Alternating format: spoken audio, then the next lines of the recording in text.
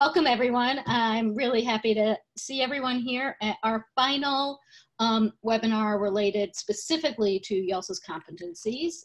This one is on continuous learning.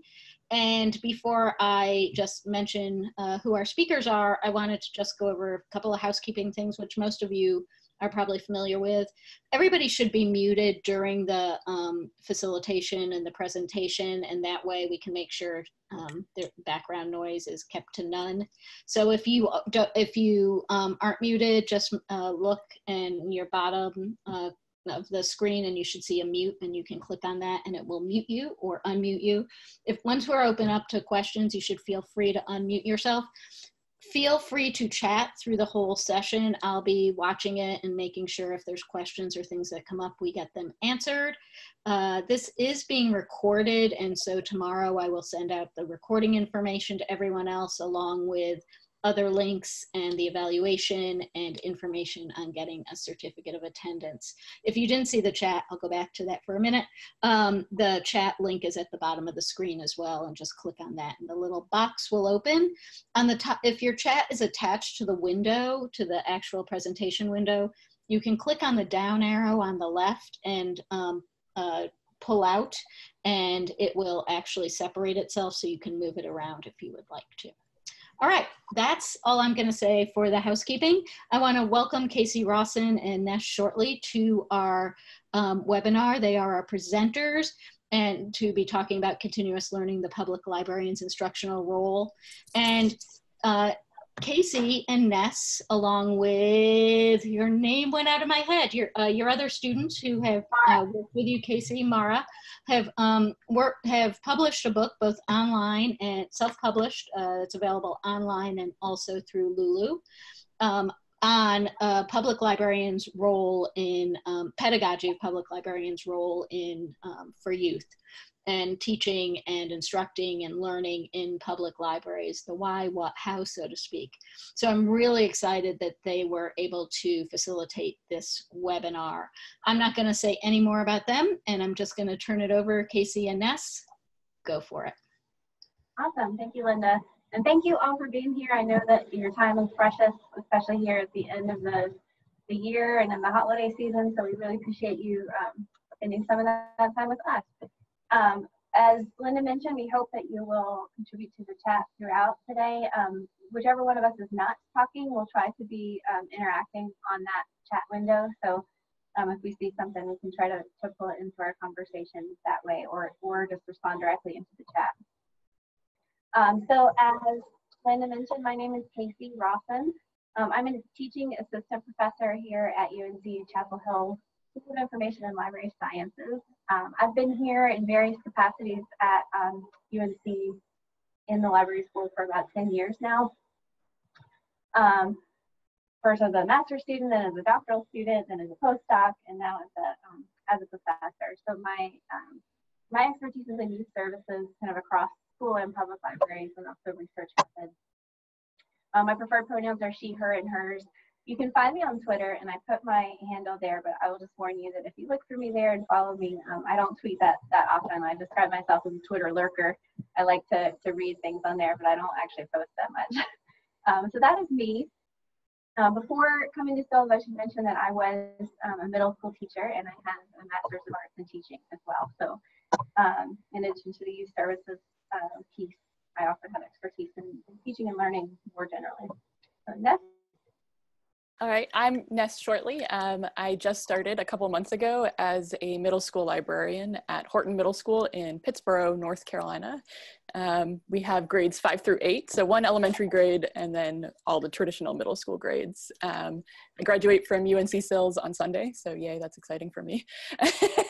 And then before becoming a librarian, I was a journalist for 12 years in print journalism, everything from copy editing all the way up to managing a newsroom. So yeah, nice career change. It's been really great to work with kids more. My pronouns are also she, her, hers. I also included my Twitter handle, which is Loch Ness Libro. I tend to tweet more than Casey does. So if you want somebody who tweets a lot, I'm a good follow. All right, thanks, Steph. So what we're going to talk to you about today, as Linda said, can be kind of traced back to a couple years ago in this project that we did, myself, Ness, and 11 other students that were in a class that I taught last fall, so a couple years ago now. When YALSA was developing its new competencies for its new services, I was fortunate enough and am fortunate enough to work with Sandra Castle, who, as some of you may know, is the immediate past president of YALSA. So I knew, maybe before some others did, that the new set of competencies was going to reflect some big changes in the field compared to the 2010 set, which you see on the slides here. And specifically, I knew that learning in the public library space was really going to be emphasized in these new competencies. And so these three that I've highlighted here, competency areas 3, 4, and 5, obviously deal kind of directly with instruction. But I think instruction, if you really look at these competencies, teaching and learning is emphasized throughout this set. It's really the strand, I would say, that ties almost all of these together, which I was really excited about as someone who loves teaching and learning about teaching and learning myself. I was really excited to see that. So if you want learning to take place in the library, then you need teaching to take place in the library. We'll discuss what this looks like today. So that's kind of what we're here to do, is kind of figure out what that looks like. I will say right off the bat here that it's not just the librarian who can serve in that teaching role. So we want to make sure that it's clear today that although we think you can and should play a really important role in instruction, everybody is can be a teacher in the public library. So your teams can be teachers, community members can be teachers, and really making a community of learners is one of the most powerful things you can do in the public library, we think. So the way that this book project came about is that at UNC I teach a course that used to be called Curriculum Issues in the School Librarian. So as you might imagine, that was a very traditional course that focused on teaching in the school library context. But once I knew that these new YALSA standards were coming out, and also if you look at the Association for Library Services to Children, or ALSC, their set of new competencies, you see the same shift toward instruction. I started talking about, well, maybe we need to re-envision that course to not just be about school libraries, but really to look at instruction for youth in both school and public library settings. So that's what we decided to do, and I was really excited about it until I started looking for literature to have my students read. And there was just nothing about instruction in the public library setting.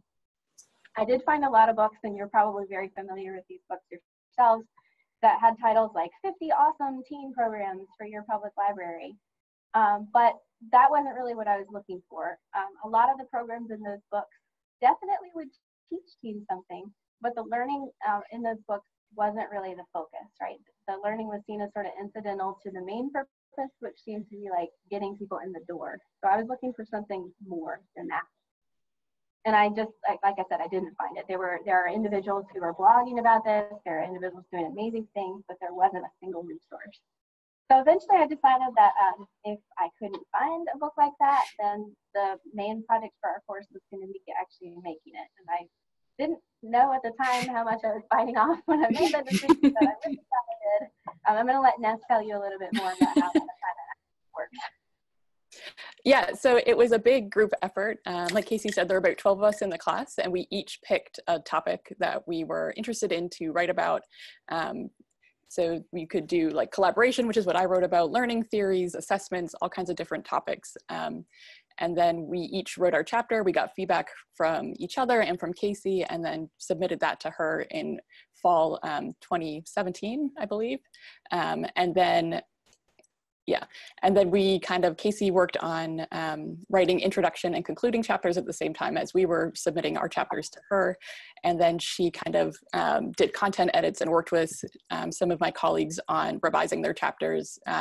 Some new information came out in some of them, like the connected learning chapter, some more, like a new model came out for that. So that had to be revised before publication. And then she did content edits and things like that over the summer. I did a little bit of copy editing over the summer, and then it got published in the fall, and that was pretty awesome. The website is on the bottom there if you want to take a look at it. It's available freely online, or you can buy a hard copy if you prefer a hard copy.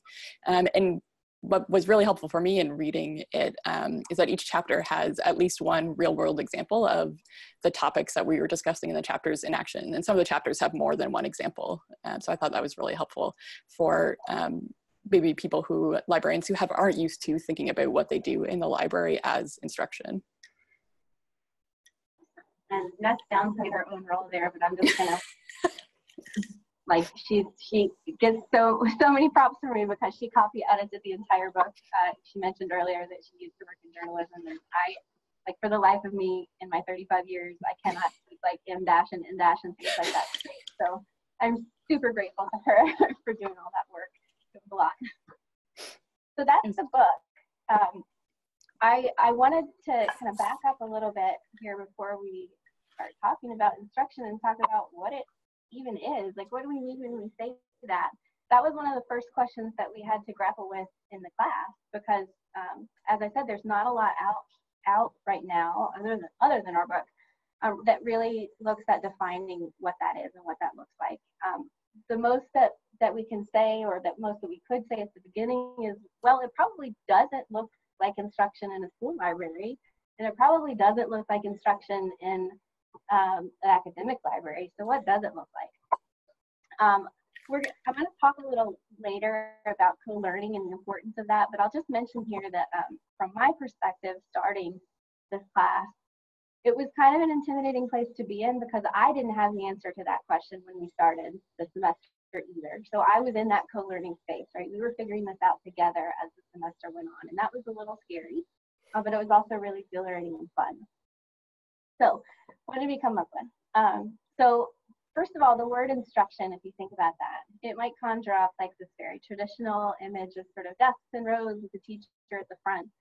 But even in public schools now, there's this growing recognition that that's not all instruction is. Instruction is a lot broader than that. So I really like one of the dictionary definitions of instruction, which is, quote, to cause someone to learn or understand something, end quote. And I really like that because I think it's broad enough to apply in a lot of different settings, including settings that we might not immediately identify as learning environments. As public librarians, we can cause people to learn or understand things in a really wide variety of ways. And you're probably already doing a lot of these. And so this is the part where I get to say, if you're kind of intimidated by thinking of instruction as this new thing, it's not a new thing. You're already doing it. It's what we're here to try to get you to do today is just to shift your thinking about it a little bit so that you can be more intentional about it. So instruction in a public library. It can look like a formal library program, something that you design in advance, maybe that has explicit learning goals. You might have a written plan, but that's not all it can look like. It could also look like a casual, spontaneous discussion with your team. It might look like a collection of resources that are out there on your library website. It might look like a set of making materials or displays in your teen area. You might envision your teen advisory board as serving an instructional purpose. Again, all of these things are things that you're probably already doing in some way. And I also expect that most of you would agree with the idea that teens are already learning in your libraries. At least I hope so. You can feel free to disagree in the chat window if you want. Often though, there's sort of this disconnect between the idea that yes, teens are learning, and yes, public librarians are teachers. People might be really willing to embrace the first, but not so much the second. And I get that. It can be, again, kind of intimidating or new to think about calling yourself a teacher.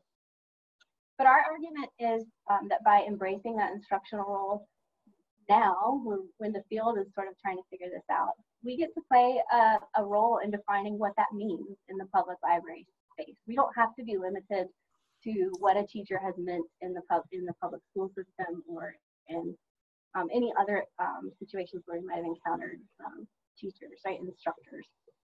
In fact, we think that public libraries right now have this awesome window of opportunity to really define instruction in ways that that help to address some of the inequalities and inequities that are happening in our more traditional instructional environments. And we can only do that if we are clear that, yes, we are doing instruction, and this is how we're going to define it, and this is how we want to move forward with it.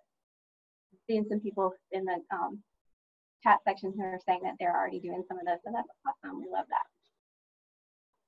Okay, so again, kind of take away from that slide is that teens are already learning in our libraries. So the question is, how can we better direct that learning to make it more powerful, more meaningful, more intentional? So I think this topic touches on actually a lot of the YALSA competencies. As I mentioned, I think instruction is something that ties it all together, which makes it kind of nice that we're here talking about the last domain, which is competency area 10, continuous learning. This competency area expects quite a few things of public librarians. One is a commitment to continually developing their professional practice. One is that they co-learn with their teams. And another is that they serve as leaders and mentors, both within the field and then also just within your individual library. So we're going to spend some time talking about each of those and how they relate to instruction, as we've defined instruction within that public library setting. And Ness is going to kick us off by talking about the connections between instruction and professional growth. Cool, so we've got a chat discussion question for y'all to consider. What are other reasons public librarians might consider more fully integrating instruction into their practice? So if y'all want to think about that and have a little conversation about it in the chat, that would be awesome. So Casey just talked about the continuous learning competency and the expectation that youth services librarians will commit to continuing their professional growth, but there isn't a lot of direction as to what you should do, which makes sense, right? Like we're all, our jobs are all a little bit different. We all have different strengths and areas that we can grow in. But we're arguing that instruction and learning about how to do that kind of purposefully should be part of your professional development and the areas that you're looking to grow in. And we already kind of talked about some of the reasons for this, that teens are already learning in our spaces. They're already learning in our library spaces. And so it's good for us to be kind of more intentional about how we're going about designing that instruction and what they're learning. So yeah, please continue to share your thoughts. I see some that you are doing that, and it's really great, the conversation that's going on in the chat. So 2 reasons that you may want to consider doing this is the first is this is where the field is headed, right? So we're talking about how the YALSA standards are evolving to put more emphasis on instruction and learning. And we think that these competencies will pull the field along that direction.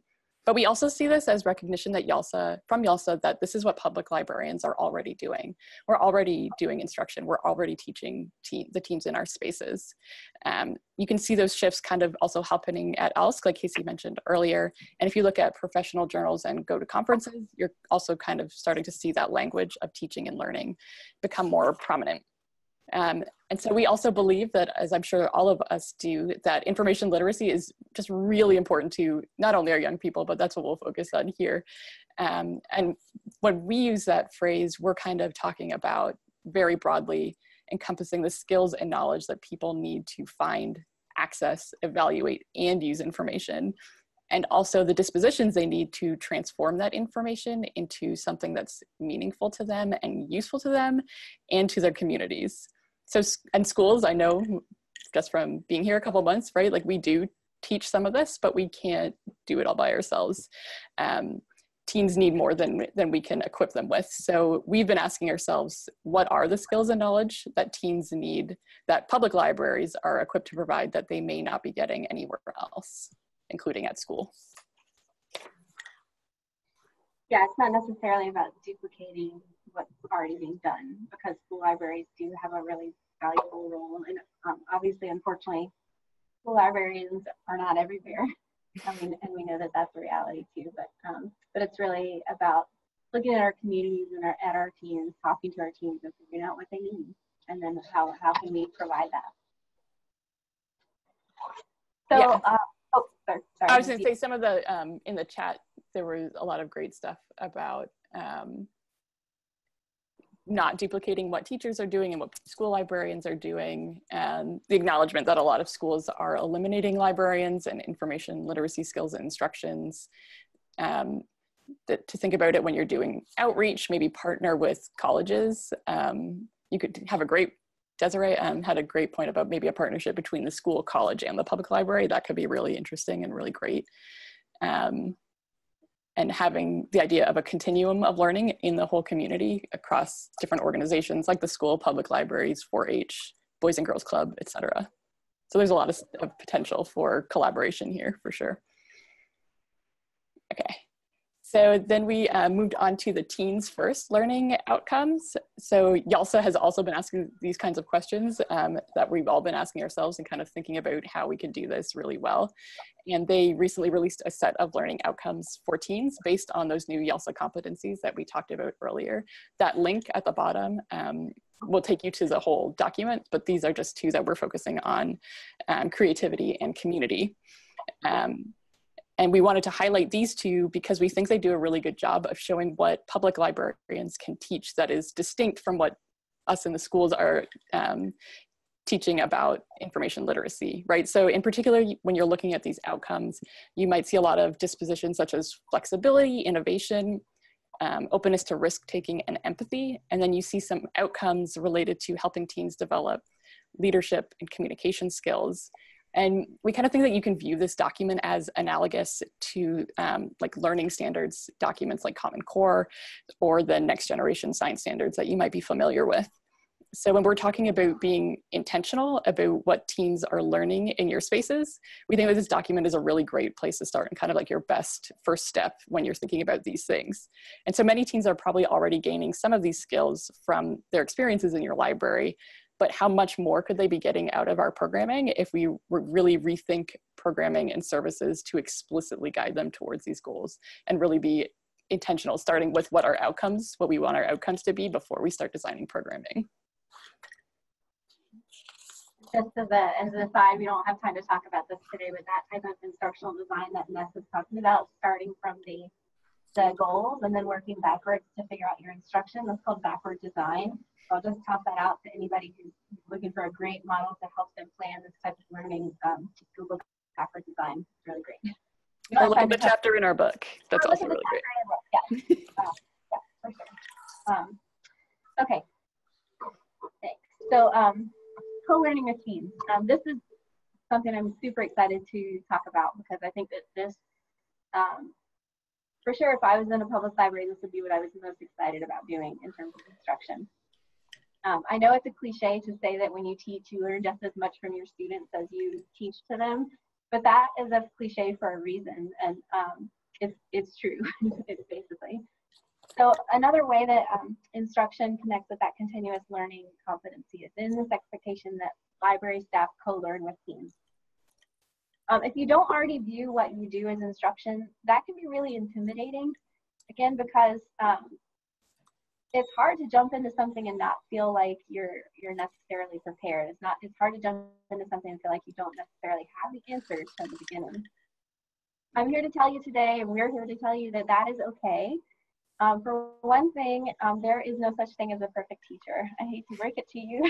The more I learn, I've taught now for 15 years, and it seems like every year there's more and more that I realize that I don't know how to do, and more that I realize that I need to learn to go forward. If you waited until you were an expert in teaching to start teaching, then nobody would ever teach. You learn a lot of this as you go, and that's okay. The other thing, and I think that part that's more relevant for what we're going to talk about for the rest of our time, is that some of the most powerful learning experiences that are out there happen when learners construct or co-construct their own understandings, with the instructor there as a guide, but not necessarily as someone who already has the right answers. Or even in situations where there are no right answers, really powerful learning can happen in those spaces. The co-learning model recognizes that our teens aren't coming to us as blank slates. And if you work with teens, know that this is true. They are already experts in their own lives and in their cultures, in their communities. They also have expertise in whatever topics and issues that they're passionate about. And if you've talked to teens and connected with some of those passions, you know that they can talk for hours about whatever it is that they're interested in, whether that's Ariana Grande or racial inequality, right? It totally can vary from team to team, but they are experts in something. Because instruction in the public library is so flexible compared to instruction in other like formal education environments like the school library, We can really bring that expertise into the library in powerful ways and in ways that position our teams as experts, especially for teams who might not get a lot of affirmation of their academic skills in school. That can be super powerful, even life-changing, for them to be acknowledged in the library as knowledgeable and competent. So we're really excited about this type of learning and the opportunities that it presents for our teams. I also do want to point out that just because you may not have expertise in pedagogy or content area right now, it doesn't mean that you don't have expertise in something, right? Just like our teams. You definitely have expertise in information literacy. And that's ultimately what ties those YALSA learning outcomes together. That's what we're trying to get teams to. And so we do have expertise in that, and we can guide students to get there. Thinking back to those YALSA learning outcomes and the dispositions, like Ness said, some of those things are things like experimentation, personal expression, resilience. If your goal is to teach those things, like let's say experimentation, you can teach, you might set up an engineering challenge in your library. That's going to teach your learners to be comfortable and confident with experimentation. And neither you nor them have to have any sort of knowledge about engineering for that to be a successful experiment. You might or might not learn something about engineering as you go, but that's not necessarily the goal of that program. The goal is that comfort with experimentation. So it's again just sort of shifting and being clear on what you're teaching, where your expertise is, where your team's expertise is, where those two things can come together to create really powerful learning. There are a few instructional approaches that are already out there and kind of well defined that position the instructor as the sort of facilitator or guide of learning. If you've been in the education field before, you might have heard the phrase guide on the side, not stage on the stage. And that's really what we're aiming for here. We feel like these are really well suited for the public library. They're going to help you design instructional experiences that really leverage your expertise. So I want to quickly mention 3 of them, and then we're going to share some actual real-world examples of how these are already happening in libraries. The first is inquiry-based learning. Again, you might have heard some of these terms before. I'm just going to give a really brief explanation for what these are, but if you're more interested in any of them, you simply Google these terms. You'll find a lot of information out there, or again, you can look in our book. In inquiry-based learning, learners are engaging in active investigations of questions that they have developed independently. This is like tailor-made for the library, right? Because we have all of these amazing resources right at our disposal that can help our learners answer their own questions. So our role here as a librarian is, again, not to know the answer to the students' questions, but to be able to help them get there, to help them find those answers on their own. And in part, that has to do with leveraging the resources, whether that's books or databases or online resources that we have access to that can help them answer those questions for themselves. Cooperative learning is another model that works really well in the library. In cooperative learning, interdependent small groups work together to reach a common goal. This could take a variety of formats. So you could model your team advisory boards after this sort of approach, but it could also be something as simple as having signage in your makerspace that suggests some sort of group challenges in that space. Again, your role here is to facilitate the structure and the process of those groups. And in doing so, you'd be helping your teams develop skills like respect for different opinions, conflict resolution, communication, none of which are going to require you to have really specialized content knowledge. And then problem-based learning, in that model, learners are collaboratively exploring and developing solutions for real-world problems. I'm going to share an extended example of that from a public library in just a few minutes. But one example might be, again, in the context of a teen advisory board. Maybe your teams have noticed that very few Latinx students are coming to the library. Maybe they've seen that. Where are these students in the public library? And your teams in that group, you might guide them to develop some sort of outreach plan.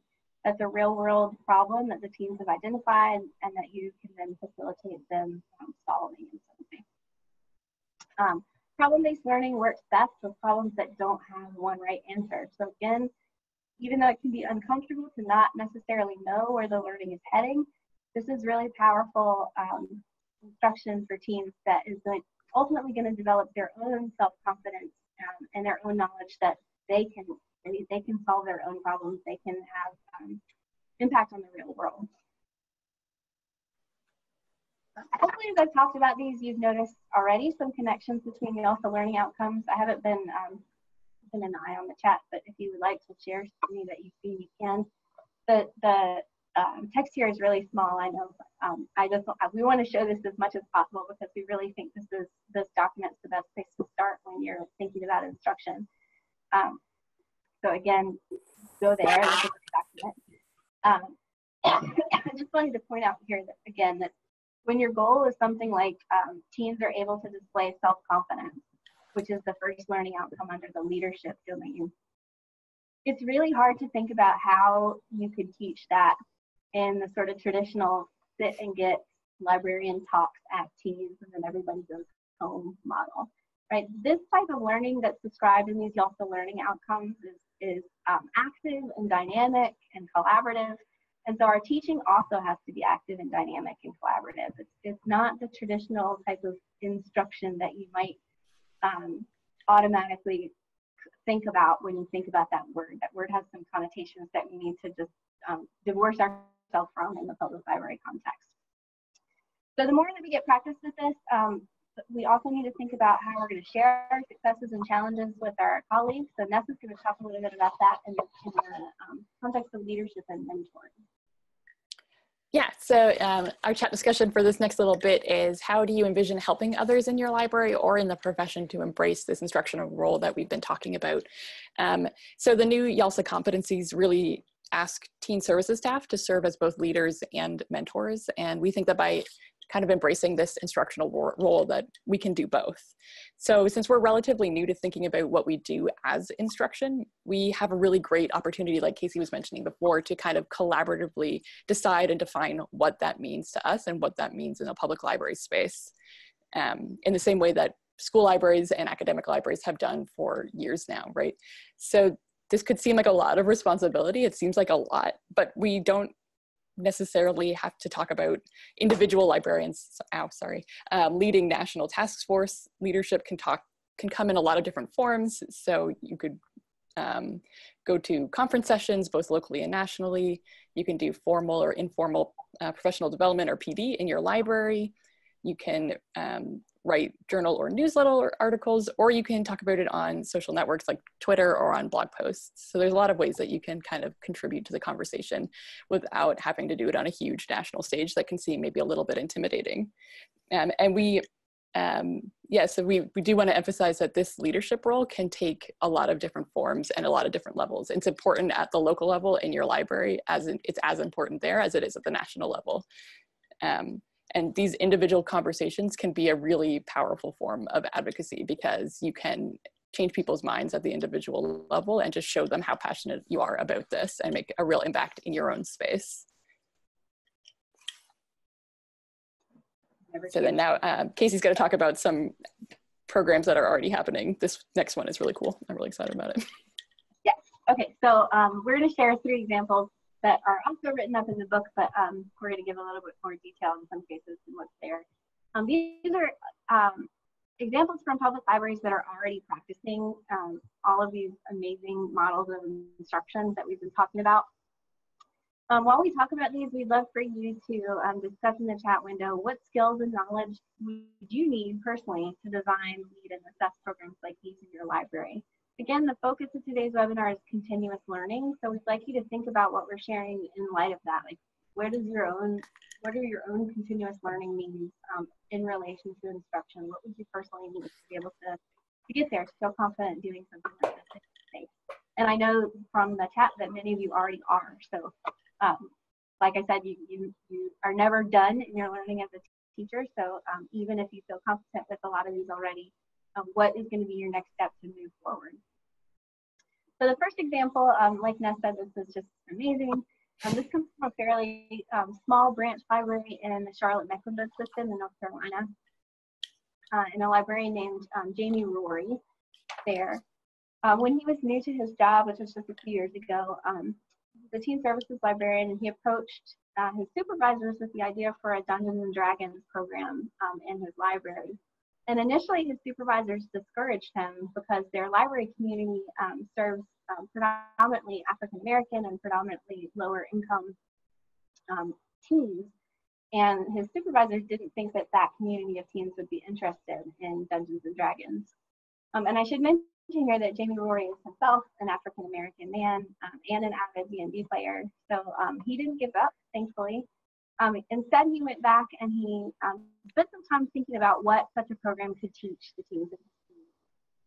And he actually pitched it to one of the teams that he worked with first before going back to his supervisors.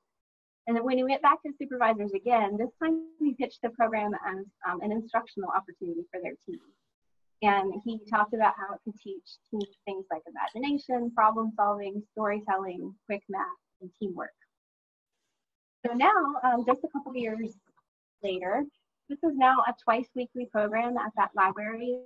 Each time it meets for 2 to 3 hours. So you're talking about a big level of investment from the teens who participate. Each of their sessions is live streamed on the library's Facebook page. So it's really fun to meet a little feature of it.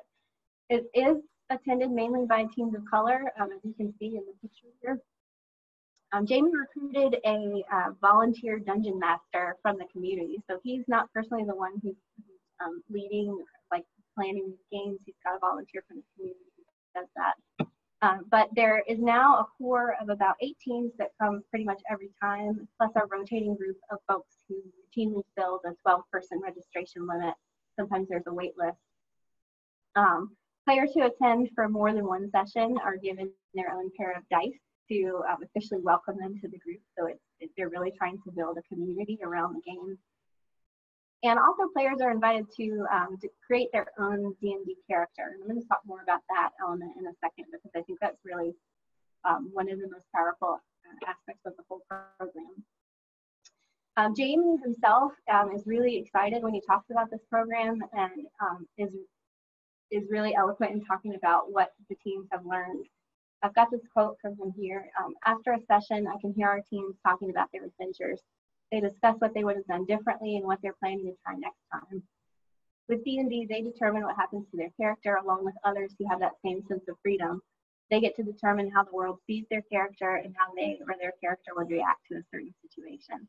So I think you can see just in that short quote about how all of those skills like imagination and problem solving and collaboration are playing out in this program. Also, returning to those YALSA learning outcomes, I think personally that this program, you could connect so many of those YALSA learning outcomes to this, but I just wanted to highlight a few.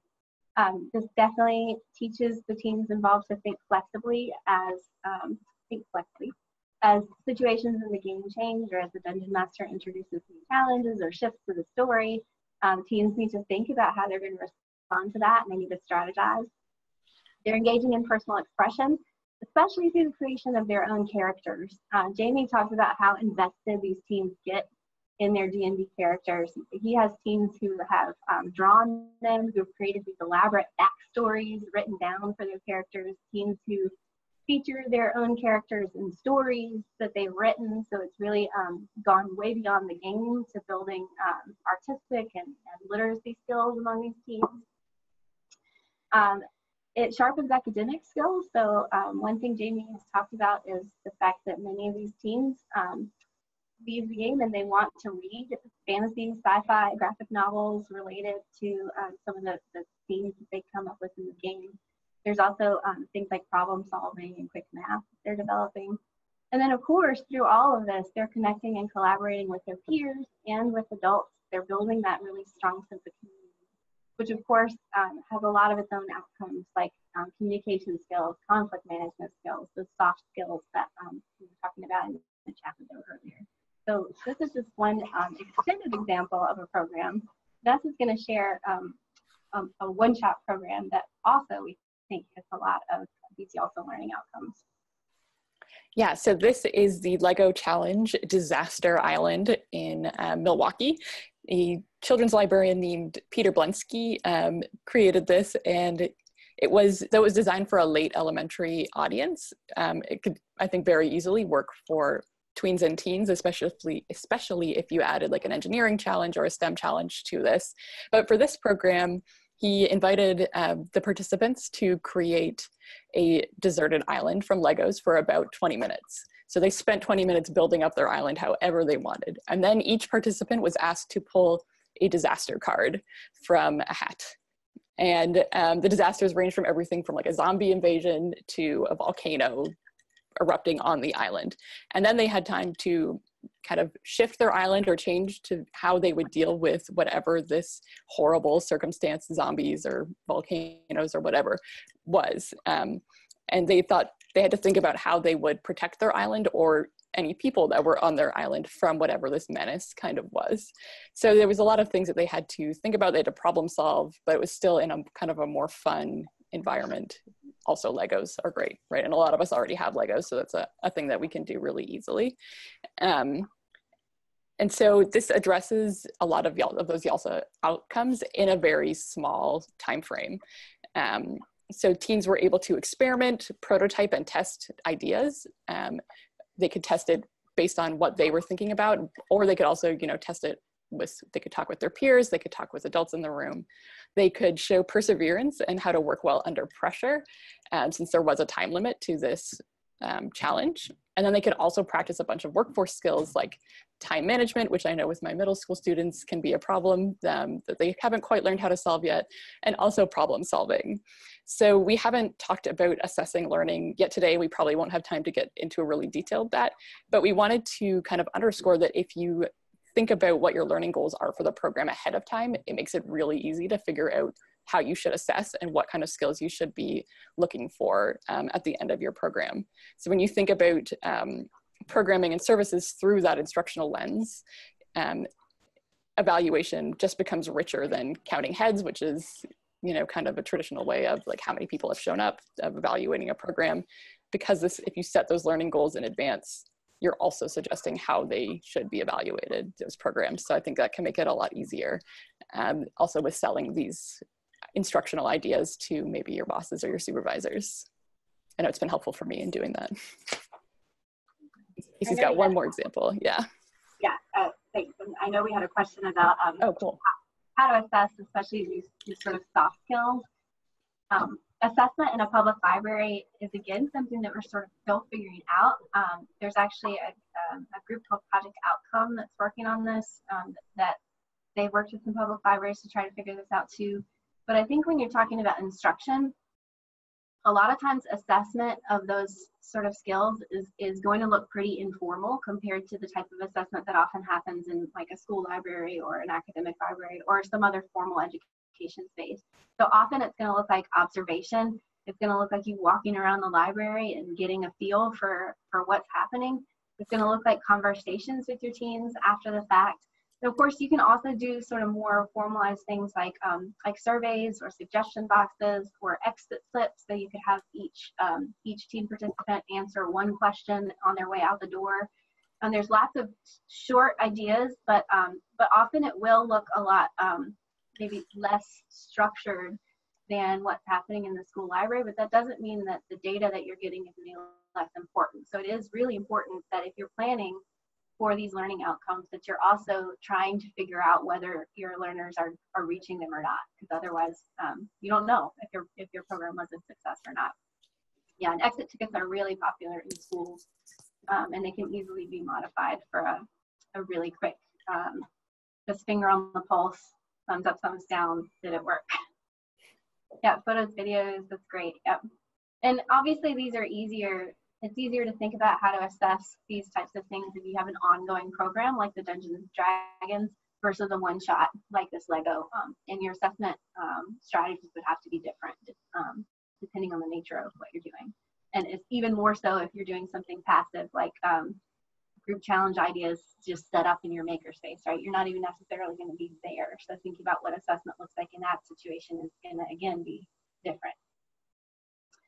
Okay, one more example, and some of you may have heard of this because I believe that some of the librarians involved in this, I know that they've done some stuff with YALSA, and I know that they've at least done a blog post, and they've also done a webinar, which you've seen. But this is just another really great example. This comes from the Hartford Public Library. Librarians, U-Media coordinator, teen service specialist, gurus, Gabby Barnes and Trisha George. Basically, they said that they noticed that their teens were coming to the library space angry. And specifically, what they were upset about was these societal issues that were really impacting their lives and the lives of their friends and the quality of life in their community and just in the nation in general. So what they decided to do with this teens was they decided to guide a small group of teens. And I say they, this was really, really teen-led. The librarians were facilitating this. But the librarians helped to facilitate a small group of teens in planning and facilitating a community problem-solving event for youth that they decided to call the Unconference. It was a day-long event. I love it. The teens named themselves the Youth Affinity Action Squad, or YAF, and they had put an exclamation point on it, which I just love. And they planned the whole event around 10 issues that were facing their community or the nation as a whole. And those issues included everything from school discipline policies and school lunch to bullying, verbal violence, and racial inequity. So these were some pretty big problems that these teens were facing. Earlier, when I mentioned that I would share an extended example of problem-based learning, this is it. This is what I was talking about. At the Unconference, what the teens did was they led participants who were, again, other youth in a series of brainstorming and design thinking sessions that encouraged the teens to identify the issues that they were passionate about and then propose really innovative, creative solutions to them in a Shark Tank style presentation back to the whole group at the end of the day. So Gabby Barnes actually wrote a blog post for YALSA that did frame this explicitly as an instructional experience. And she shared the learning goals that she had written for both the planners, the teens who planned the event, and also the participants themselves. The teen organizers themselves summarized their experience with the Unconference on the website, which is linked in the last slide. They said, "This is our opportunity to come together about injustice that's happening in our community, in our schools, and in our lives. We'll co-create a space for everyone to brainstorm solutions and speak up against everything that's pissing us off." Which, again, I just love. These teams have such powerful voices, and I think this was such an amazing way to help develop those leadership skills and to really give them a platform to share their ideas. So in addition to the goals that Barnes identified, we also think that this fits into so many of those YALSA learning outcomes, specifically the ones about community building, giving back to others in the community, cross-cultural understanding, identifying what teens are passionate about, and innovation. I think all three of the programs that we've shared really show how teen services staff can facilitate powerful and relevant and engaging learning for teens without necessarily taking on that role of an expert. So all of the librarians in all of these situations were learning alongside the participants. Of course, as you get more experience in instruction, you can become an expert in teaching and learning in the public library context. And we hope that as you do that, you're going to then share that expertise back with others in your library and also in the field as a whole. But we also hope that what we've shared today helps to convince you that you don't necessarily have to have that expertise already to get started. It can be really intimidating to take on something new, although as we've said, we don't really think this is something new necessarily so much as reframing what we're already doing. But also taking on new things is part of what being a professional is all about. That is kind of the very nature of continuous learning, is recognizing that that things do evolve and shift and that we are always going to need to be learning together. And as you see, there's already people out here, including some of our attendees who have shared some amazing ideas who are already doing this. And so you have a community of people who can support you. And we also have some additional ideas for how you might learn more and continue continuous learning in this domain. All right, cool. So if you want to learn more about some of the things that we've talked about today, you can read our book, shameless plug. You can read it for free online, or you can order a print copy. The print copy is pretty beautiful, so I would recommend that if you can swing it. You can also take a look at some existing resources on teaching and learning, like Teaching Tolerance, which is at teaching no, it's at tolerance.org, or Edutopia, which is at edutopia.org. I use both of those resources constantly, so I can vouch for those personally for sure. Or you can participate in some Twitter chats on education, and that link there will take you to a starter list of some that are really helpful. And then finally, we just want to say that I think all of these go together, and the main thread of these ideas here is that I think the best way to learn about any of this is to build relationships with other people in your community and nationally. So that might mean things like talking to your colleagues in school and academic libraries. They have been working on this instruction piece explicitly for a couple decades now. It seems kind of old hat to us now, but if you look historically at school and academic librarianship, they didn't always consider instruction to be a big part of their job either. And so they've had to figure out some things over the past few decades that we can learn from. And so I think talking to them, building relationships with them is a great place to start. Also attending their sessions, especially ones that are focused on instruction. Collaborate and build relationships with local organizations and community members, including your local teachers. Building the relationships, that's a two-way street, right? It's not just about getting out and seeing what they can give to your library, or getting out and telling them how awesome your library is, although both of those things are true. It's really about a reciprocal exchange, ideally. So they have things that they can teach you and that you can learn from them, skills and expertise that they can contribute to your library, and vice versa. You have things that you can contribute back to the community. I saw an amazing example of this in the Durham Public Libraries. One of my former students was a teen service librarian there, and she built a relationship with a local art photographer, and that ended up being translated into a weekly art photography club for some of her disadvantaged teens, almost all Latinx or African American, and it was about way more than just taking pictures. These teens were really telling stories about their lives through photography, and these are teens who could never have afforded an art photography course somewhere. So those community relationships can really result in some amazing opportunities for you and for your teens. And then finally, ask your teens. This is kind of a duh, but we thought we would end here because it is kind of a duh. Ask your teens, what do they want to learn? How do they want to learn it? Again, that could be in the form of surveys or suggestion boxes, or preferably, I would say, just spontaneous conversations. Get to know your teens, figure out what their needs are, and what are the needs that you can meet. You might not be able to teach them everything that they need to know. In fact, you're not going to be able to teach them everything they need to know. But through those conversations, hopefully you will, hopefully it will spark some ideas and really get you thinking, especially as you get more familiar with those YALSA learning outcomes. Hopefully those conversations will spark lots of ideas for great programs and services that you can offer in your library. So now we would love to address any questions that you all have. Like Linda said, you can unmute yourself. I'm not sure how that best works, Linda, if multiple people are trying to ask questions, but you can also ask questions in the chat. Yeah, you can unmute yourself if there's a hand raising option, which I never remember where it is. But there's a hand raising option if you see that, and then you can unmute yourself. I can call on people, or you can use the chat, or we can just see what, so usually people are very good about unmuting and waiting to see that nobody else is talking. So any questions in any of those ways? That was, by the way, Casey and Ness, that was amazing. Thank you so much. Yeah. Really awesome. I did not doubt that it would be, but it really was even better than I thought. So there you go. It was awesome. But any questions from people? I can always ask questions, but I want to just see if somebody else comes first.